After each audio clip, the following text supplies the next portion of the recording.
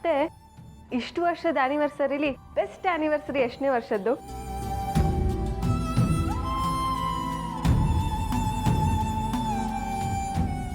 ಮದುವೆ ಆದ ಮೊದಲನೇ ವರ್ಷನೇ ತುಂಬಾ ಇಂಪಾರ್ಟೆಂಟ್ ಅಲ್ವಾ ಸೂರ್ಯ?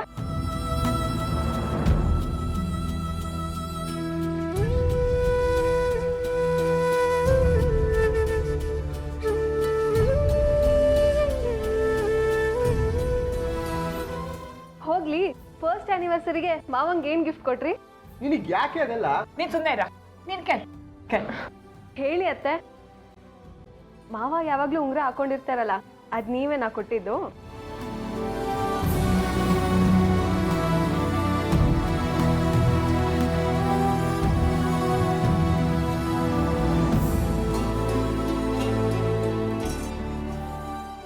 ಏನತ್ತೆ ನೀವು? ನಾನು ಅವಾಗ್ಲಿಂದ ಪ್ರಶ್ನೆ ಕೇಳ್ತಾನೆ ಇದೀನಿ, ನೀವೇನು ಉತ್ತರನೇ ಕೊಡ್ತಿಲ್ಲ. ಹೋಗ್ಲಿ, ಬೆಸ್ಟ್ ಆನಿವರ್ಸರಿ ಯಾವ್ದಂತ ಅದಾರು ಹೇಳಿ ಪ್ಲೀಸ್ ಅತ್ತೆ.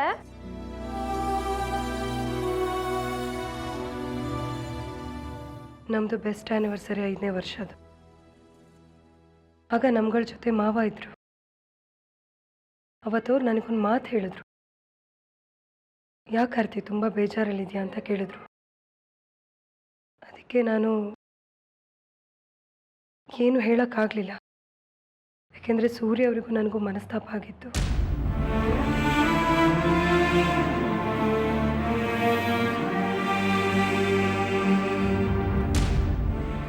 ಈ ವಿಷಯ ಮಾವನ ಹತ್ರ ಹೇಗೆ ಹೇಳಬೇಕು ಅಂತ ನನಗೆ ಗೊತ್ತಾಗಲಿಲ್ಲ. ಸುಮ್ಮನಾದೆ. ಆಗ ಮಾವ, ಇವತ್ತು ನಿಮ್ಮ ಆನಿವರ್ಸರಿ ಅಲ್ವಾ, ಹೋಗಿ ದೇವಸ್ಥಾನಕ್ಕೆ ಹೋಗಿ ಪೂಜೆ ಮಾಡಿಸ್ಕೊಂಬನ್ನಿ ಅಂತ ಹೇಳಿದ್ರು. ಅಷ್ಟರಲ್ಲಿ ಮನೆ ಮುಂದೆ ತುಂಬ ಕೂಗಾಟ ಕೇಳಿಸ್ತು. ನೋಡಿದ್ರೆ ದೇವಸ್ಥಾನದ ರಥ ನಮ್ಮ ಮನೆ ಮುಂದೆ ನಿಂತಿತ್ತು. ಎಲ್ಲರೂ ಏನೋ ಅಪಚಾರ ಆಗಿದೆ ಅಂತೇಳಿ ಮಾತಾಡ್ಕೋತಾ ಇದ್ರು. ಆಗ ಅಮ್ಮ ಬಂದು, ನೀವಿಬ್ರು ಹೋಗಿ ಪೂಜೆ ಮಾಡಿಸ್ಕೊಂಬನ್ನಿ, ಎಲ್ಲ ಸರಿ ಹೋಗುತ್ತೆ ಅಂತ ಹೇಳಿದ್ರು. ನಾನು ಸೂರ್ಯವ್ರು ಹೋಗಿ ಪೂಜೆ ಮಾಡಿಸ್ಕೊಂಬಂದ್ವಿ. ಪೂಜೆ ಮಾಡಿಸಿದ್ಮೇಲೆ ರಥ ಅಲ್ಲಿಂದ ಸಾಂಗವಾಗಿ ಸಾಕ್ತು. ಇವತ್ತಿಗೂ ಆ ದಿನ ಮರೆಯೋಕ್ಕಾಗಲ್ಲ. ಅವತ್ತು ರಥ ಮುಂದೆ ಹೋಯ್ತು, ಇವರಿಬ್ರು ಒಂದಾದ್ರು. ಇವತ್ತು ಅದೇ ಥರ ಯಾವುದಾದ್ರೂ ಒಂದು ಪವಾಡ ಆದರೆ ಚೆನ್ನಾಗಿರುತ್ತೆ.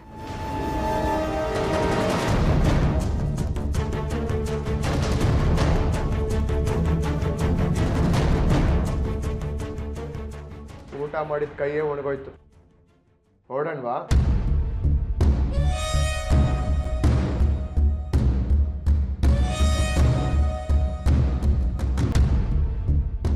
ನಾನು ಲಗೇಜ್ ಕಾರಲ್ಲಿ ಇಟ್ಟಿರ್ತೀನಿ, ನೀನು ಬಾ. 4 ಬ್ಯಾಗ್ ಇದೆ.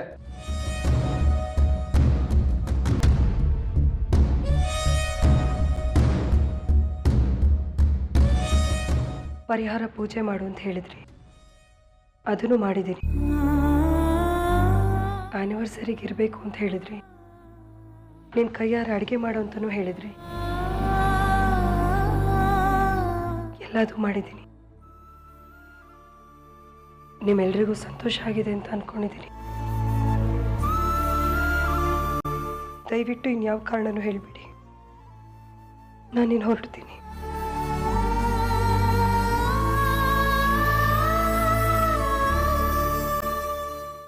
ಪ್ಲೀಸ್ ರಂಜಿತ್, ಗಟ್ಟಿ ಮನ್ಸು ಮಾಡಿ ಹೊರಟಿದ್ದೀನಿ.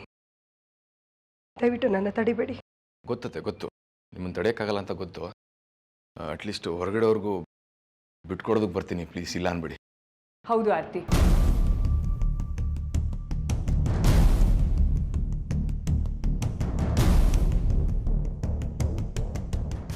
ಲಗೇಜ್ನ ಕಾರಲ್ಲಿ ಇಟ್ಟಿರ್ತೀನಿ.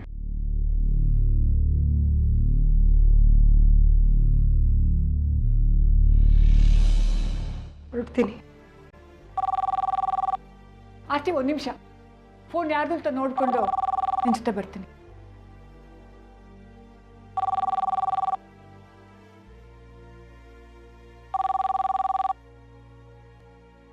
ಹಲೋ. ಹಾಂ, ಓ ರೇವು. ಹಾಂ, ನಾನು ಚೆನ್ನಾಗಿದ್ದೀನಿ. ಹಾಂ, ಕೊಟ್ಟೆ. ಆರ್ತಿ, ಫೋನ್ ತಗೋ. ಫೋನ್ ನಿನ್ಗೆ ಆ್ಯನಿವರ್ಸರಿಗೆ ವಿಶ್ ಮಾಡೋದಕ್ಕೆ ಫೋನ್ ಮಾಡಿದ್ದಾನೆ ಅನ್ಸುತ್ತೆ. Hello, thanks. ನೀವು ಹೇಗಿದ್ದೀರಾ?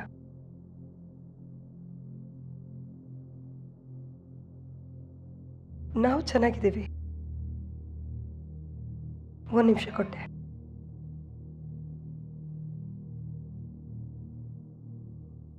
ಹಲೋ. ಹಾಂ, ಥ್ಯಾಂಕ್ಸ್ ಕಣೋ. ಹಾಂ ಹಾಂ ಕೊಟ್ಟೆ ನೋಡಿ.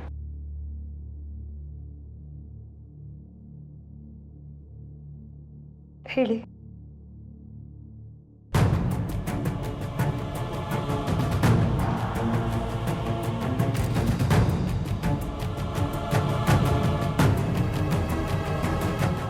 ಏನು, ನೀವಿಲ್ಲಿಗೆ ಬರ್ತಾ ಇದ್ದೀರಾ?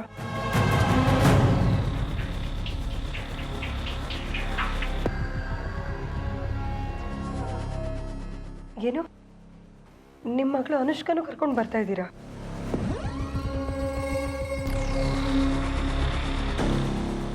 ಅದು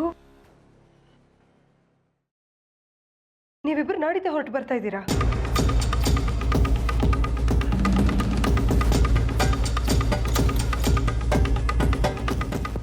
ಅಯ್ಯೋ, ನಾನು ಹಾಗೆ ಹೇಳಿಲ್ಲ. ನೀವು ಬನ್ನಿ, ನೀವು ಬರೋದ್ರಿಂದ ನಮಗೆ ಸಂತೋಷನೇ. ನಾವು ಕಾಯ್ತಾ ಇರ್ತೀವಿ, ಬನ್ನಿ.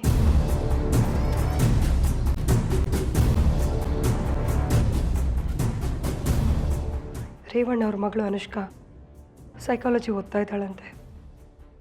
Indian marriage system and joint family ಅನ್ನೋ ವಿಷಯದ ಬಗ್ಗೆ ರಿಸರ್ಚ್ ಮಾಡ್ತಾ ಇದ್ದಾಳಂತೆ. ಅವಳು ರಿಸರ್ಚ್ ಮಾಡೋದು ನಮ್ಮ ಫ್ಯಾಮಿಲಿ ಮೇಲೆ. 1 ತಿಂಗಳು ಇಲ್ಲೇ ಇರೋದಕ್ಕೆ ಬರ್ತಾ ಇದ್ದಾರೆ. ಅದು ನಾಡಿದ್ದೆ ಹೊರಟು ಬರ್ತಾ ಇದ್ದಾರಂತೆ.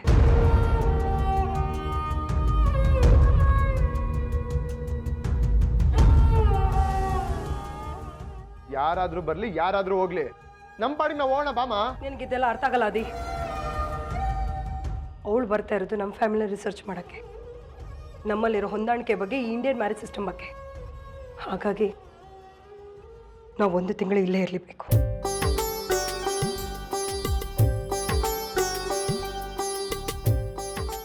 ಏನ್ ತಮಾಷೆ ಮಾಡ್ತಿದ್ಯಾ ನೀನು? ಮೊದ್ಲು ನೋಡು 48 ದಿನ ಅಂದೆ, ಆಮೇಲೆ 1 ದಿನ ಅಂದೆ, ಇವಾಗ 1 ತಿಂಗಳು ಅರ್ಥ ಮಾಡ್ಕೊಳ್ಳೋ. ಅವರಿಗೆ ನಮ್ಮ ಫ್ಯಾಮಿಲಿ ಬಗ್ಗೆ ತುಂಬಾ ಮರ್ಯಾದೆ ಇದೆ, ಗೌರವ ಇದೆ. ಈಗ ಅವ್ರಗಳ ಮುಂದೆ ನಮ್ಗಳಿಗೆ ಮನಸ್ತಾಪ ಆಗಿದೆ ಅಂತ ಗೊತ್ತಾದ್ರೆ ಏನ್ ಅನ್ಕೊಳ್ಳಲ್ಲ. ನಮ್ಮನೆ ಮರ್ಯಾದೆ ತಾನೇ ಹೋಗೋದು. ನನ್ನ ಜೊತೆ ನೀನು ಇರಬೇಕು ಅಷ್ಟೇ. ನನ್ನನ್ನು ಯಾಕಮ್ಮ ಹಠ ಮಾಡಬೇಡ, ಹಠ ಮಾಡಬೇಡ. ನೀನು ನನ್ನ ಜೊತೆಲಿ ಇರ್ತೀಯ ಅಷ್ಟೇ, ಹೇಳ್ದಷ್ಟು ಕೇಳು.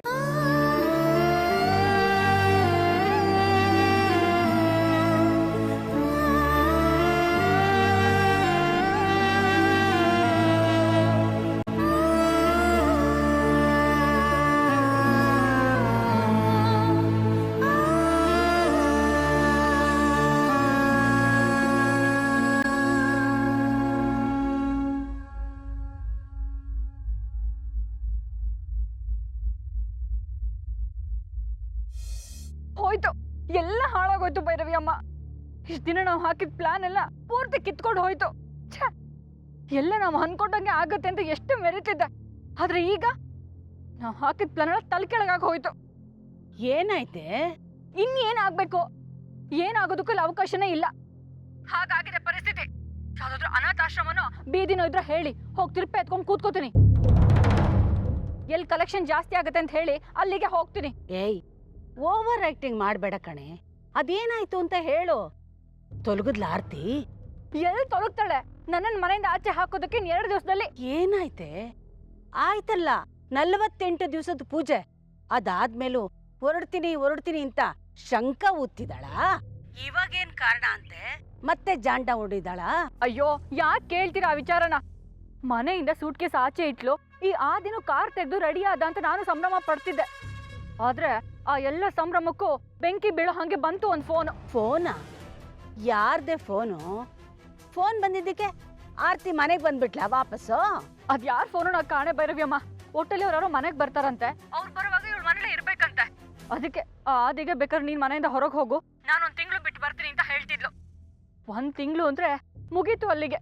1 ವರ್ಷ, 1 ಯುಗ, ಜನ್ಮ ಪೂರ್ತಿ ಇಲ್ಲೇ ಇದ್ದು ಬಿಡ್ತಾಳೆ. ಈ ಮನೆಯಲ್ಲಿ ಇರೋಕೆ ಒಂದಲ್ಲ ಒಂದ್ ದಪ್ಪ ಹುಡುಕ್ತಿದ್ದಾಳೆ. ಏ ಗುಬೆ, ಹಳೆ ಮುದುಕಿ ತರ ಕೊರಗಬೇಡ ಕಣೆ.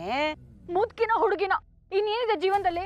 ಆತ್ಮಹತ್ಯೆ ಮಾಡ್ಕೋಬೇಕಷ್ಟೇ. ಏಯ್, ನೀನೆಲ್ಲ ಆತ್ಮಹತ್ಯೆ ಮಾಡ್ಕೋತ್ಯಾ? ಇನ್ನು 10 ಜನನ್ನ ಕೊಂದು ಬಿಡ್ತೀಯ ನೀನು. ಅಂತವಳು ನೀನು. ಇತ್ತೀಚೆಗೆ ನನ್ನ ಕ್ಯಾರೆ ಅಂದೆ ಏನೇನೋ ನಡೆಸ್ತಿದ್ಯಾ ಅಲ್ವಾ, ಅದಕ್ಕೆ ಹೀಗಾಗಿರೋದು. ಹಾ, ಇರಬಹುದು. ಅದ್ರದೊಂದು ಫೋನ್ ಬರ್ದೆ ಹೋಗಿದ್ರೆ ಆರ್ತಿ ಮನೆಯಿಂದ ಆಚೆ ಹೋಗಿರ್ತಿದ್ಲು. ಛೇ, ಆ ಫೋನ್ ಬಂದಿದ್ದು ಎಲ್ಲ ಹಾಳಾಯ್ತು. ಮೊದಲು ಅಳೋದಿನ್ ನಿಲ್ಸೆ, ಇಲ್ಲ ಅದ್ರ ಕಪಾಳಕ್ಕೆ ಎರಡಾಗ್ತೀನಿ. ಮೊದಲು ಏನಾಯ್ತು ಅಂತ ಹೇಳು. ನಾನು ಹೇಳೋದು ಕೇಳಿಸ್ಕೊಳೆ. ಒಂದು ಫೋನ್ ಬಂದ ತಕ್ಷಣ ಇನ್ನೂ 1 ತಿಂಗಳು ಈ ಮನೇಲಿ ಇರ್ತೀನಿ ಅಂತ ವಾಪಸ್ ಬಂದಿದ್ದಾಳೆ ಅಂದ್ರೆ ಯಾರೋ ಮುಖ್ಯವಾದವ್ರದ್ದೇ ಆ ಫೋನ್ ಇರಬೇಕು. ಬರ್ಲಿ, ಅವ್ರು ಬರ್ಲಿ. ಬಂದ್ಮೇಲೆ ಉಳ್ದಿದ್ದ ಆಟ ಆಡೋಣ. ನೀನೇನು ಯೋಚನೆ ಮಾಡಬೇಡ ಕಣೆ. ಹಾಗಂತೀರಾ? ಹೌದು ಕಣೆ. ಸುಲಭಕ್ಕೆ ಈ ಭೈರವಿ ಸೋಲೋದು ಇಲ್ಲ, ಸೋಲು ಒಪ್ಕೊಳ್ಳೋದು ಇಲ್ಲ. ಅದು ನಿನಗೂ ಚೆನ್ನಾಗಿ ಗೊತ್ತಿರಬೇಕು. ಗುರುವಿಗೆ ತಕ್ಕ ಶಿಷ್ಯ ಅಂತ ಮೆರಿತಾ ಇದ್ದೆ. ನೋಡಿಲ್ಲಿ, ನಾನು ಹೇಳ್ದಾಗ ಕೇಳಿದ್ರೆ ನೀನು ಇನ್ನೊಂದು ವಾರದಲ್ಲಿ ಆ ಮನೇಲಿ ಇಲ್ದಂಗೆ ಮಾಡ್ತೀನಿ ಅವಳನ್ನ.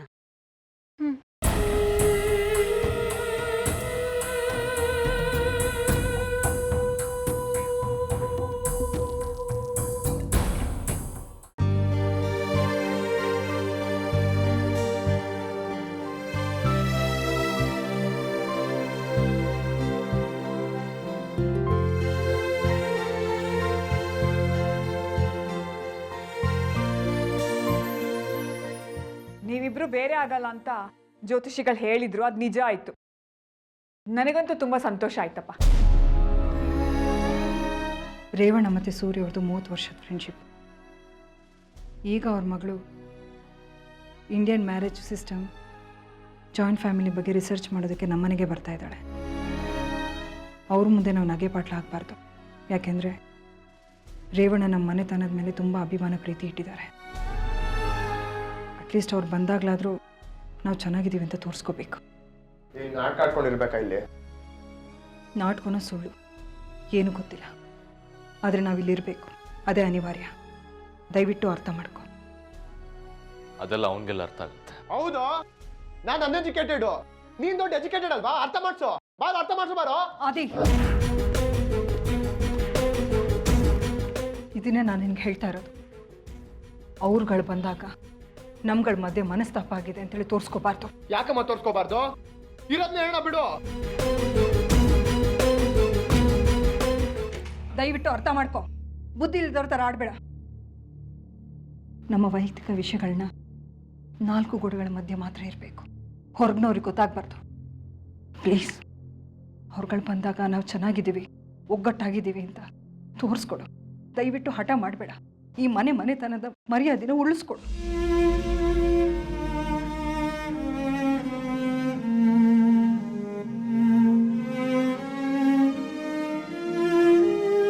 ನೀವು ಹೋಗ್ಬೇಕು ಅಂತ ನಾನೇನು ಬಯಸಿರ್ಲಿಲ್ಲ. ನೀವಿಲ್ಲಿರೋದು ನನಗೆ ಖುಷಿನೇ. ನಾನಂತೂ ಸಂತೋಷವಾಗಿರ್ತೀನಿ, ಯಾವ ನಾಟಕನೂ ಆಡ್ಬೇಕಾಗಿಲ್ಲ.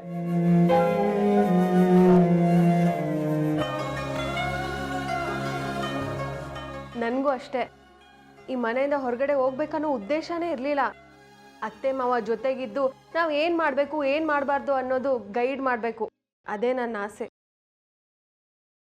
ದಯವಿಟ್ಟು ಎಲ್ಲರೂ ಈ 1 ತಿಂಗಳು ನಮ್ಗಳ ಮಧ್ಯೆ ಭಿನ್ನಾಭಿಪ್ರಾಯ ಇದೆ ಅಂತ ತೋರಿಸ್ಕೋಬೇಡಿ. ನೀವು ದೊಡ್ಡ ಮನಸ್ಸು ಮಾಡದೇ ಇದ್ದರೆ ಇದೆಲ್ಲ ಸಾಧ್ಯ ಆಗ್ತಿರ್ಲಿಲ್ಲ. ನಿಮಗೆ ಥ್ಯಾಂಕ್ಸ್ ಹೇಳಬೇಕು. ನೀವ್ಯಾಕೆ ಥ್ಯಾಂಕ್ಸ್ ಹೇಳ್ತೀರಾ? ಇದು ನಮ್ಮ ಮನೆ ಮರ್ಯಾದಿನ ನಾವೇ ಉಳಿಸ್ಬೇಕಲ್ವಾ? ಆದರೂ ನಮ್ಮ ಯೋಗಗಳ ಮಧ್ಯೆ ಈ ರೀತಿ ದೊಡ್ಡ ರೀತಿಯಲ್ಲಿ ನಾವು ಯೋಚನೆ ಮಾಡ್ತಿರ್ಲಿಲ್ಲ. ನಿಮಗೆ ಅಪ್ರಿಷಿಯೇಟ್ ಮಾಡಲೇಬೇಕು. ದಯವಿಟ್ಟು ನೀವು ನನ್ನ ಹೋಗಬೇಡಿ. ನಾನು ಯಾವ ಉಪಕಾರನೂ ಮಾಡ್ತಿಲ್ಲ, ಯಾವ ದೊಡ್ಡ ಕೆಲಸನೂ ಮಾಡ್ತಾ ಇಲ್ಲ. ನಾವು ದೊಡ್ಡವರಾಗಿ ಇನ್ನೊಬ್ಬರಿಗೆ ಮಾದರಿಯಾಗಿರಬೇಕು. ನಮಗೆ ಎಷ್ಟೇ ಹಿಂಸೆ ಆದರೂ ಪರವಾಗಿಲ್ಲ, ಇನ್ನೊಬ್ರಿಗೆ ಹಿಂಸೆ ಆಗಬಾರ್ದು. ಆ ರೀತಿಲಿ ನಾವು ಬದುಕಬೇಕು. ತಂದೆ ತಾಯಿ ಆದವರು ಮಕ್ಕಳು ಹೀಗಿರಲಿ ಹಾಗಿರಲಿ ಅಂತ ಬಯಸ್ತಾರೆ. ಆದರೆ ನಮ್ಮನೆ ಪರಿಸ್ಥಿತಿ ನೋಡಿದ್ರೆ ಕೈ ಮೀರಿ ಹೋಗಿದೆ. ಅಟ್ಲೀಸ್ಟ್ ಅವ್ರುಗಳ ಮುಂದಾದರೂ ನೀವಿಬ್ಬರು ಅಣ್ಣ ತಮ್ಮಂದಿರ್ತಾರ ಪ್ರೀತಿಯಿಂದ ಇದಿರಿ ಅಂತ ತೋರಿಸ್ಕೊಳ್ಳಿ. ದಯವಿಟ್ಟು ನಮ್ಮ ಮರ್ಯಾದೆನ ಉಳಿಸ್ಕೊಳ್ಳಿ. ಅವ್ರು ಬರ್ತಾರೆ, ಇಲ್ಲಿರ್ತಾರೆ ಅನ್ನೋದಕ್ಕೆ ನಾವು ಪ್ರೀತಿಯಿಂದ ಇರೋದಲ್ಲ, ಸದಾ ಹೀಗೆ ಇರ್ಬೇಕಲ್ವಾ?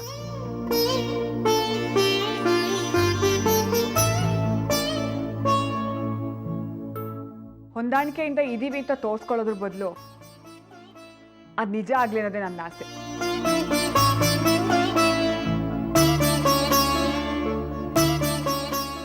ರೇವಣ್ಣ ಅವ್ರ ಮಗಳು ಬರ್ತಾಳೆ ಅಂತ ನಾವು ಹೊಂದ್ಕೊಂಡಿರ್ತೀವಿ ಅಂತ ಅನ್ಕೊಂಡಿದೀವಿ.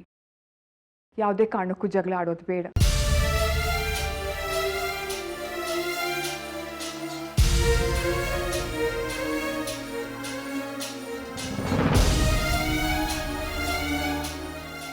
ಈ ಒಂದು ತಿಂಗಳು ನಾವು ಯಾರು ಜಗಳ ಆಡಲ್ಲ, ಅನ್ಯೋನ್ಯವಾಗಿರ್ತೀವಿ ಅಂತ ಮಾತು ಕೊಡಿ.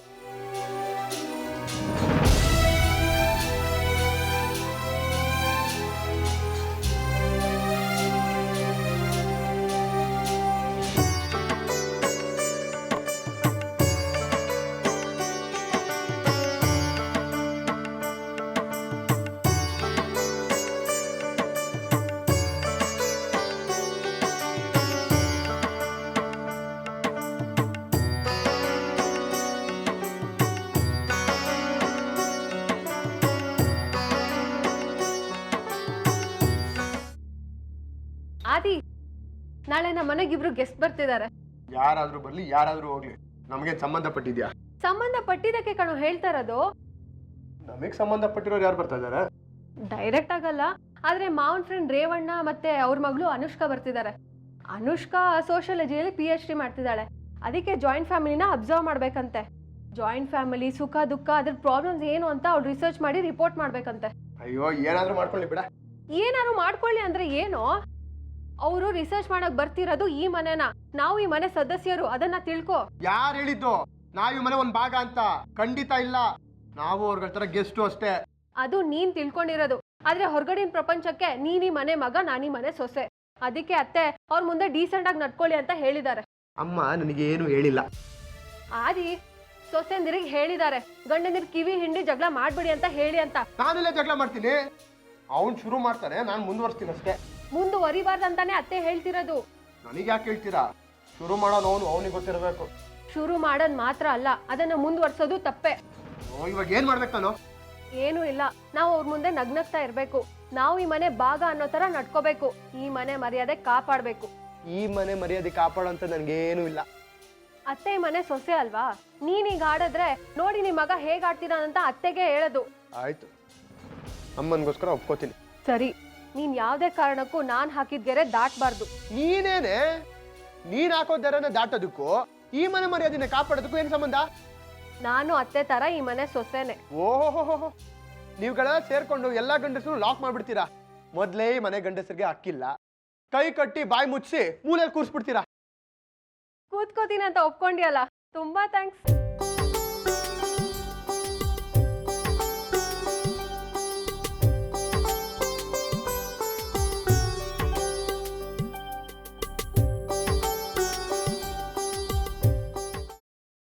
ಅತ್ತೆ ಮಾವ ಈ ವಿಷಯದ ಬಗ್ಗೆ ಇಷ್ಟು ಸೀರಿಯಸ್ ಆಗ್ತಾರೆ ಅಂತ ನಾನು ಅನ್ಕೊಂಡಿರ್ಲಿಲ್ಲ.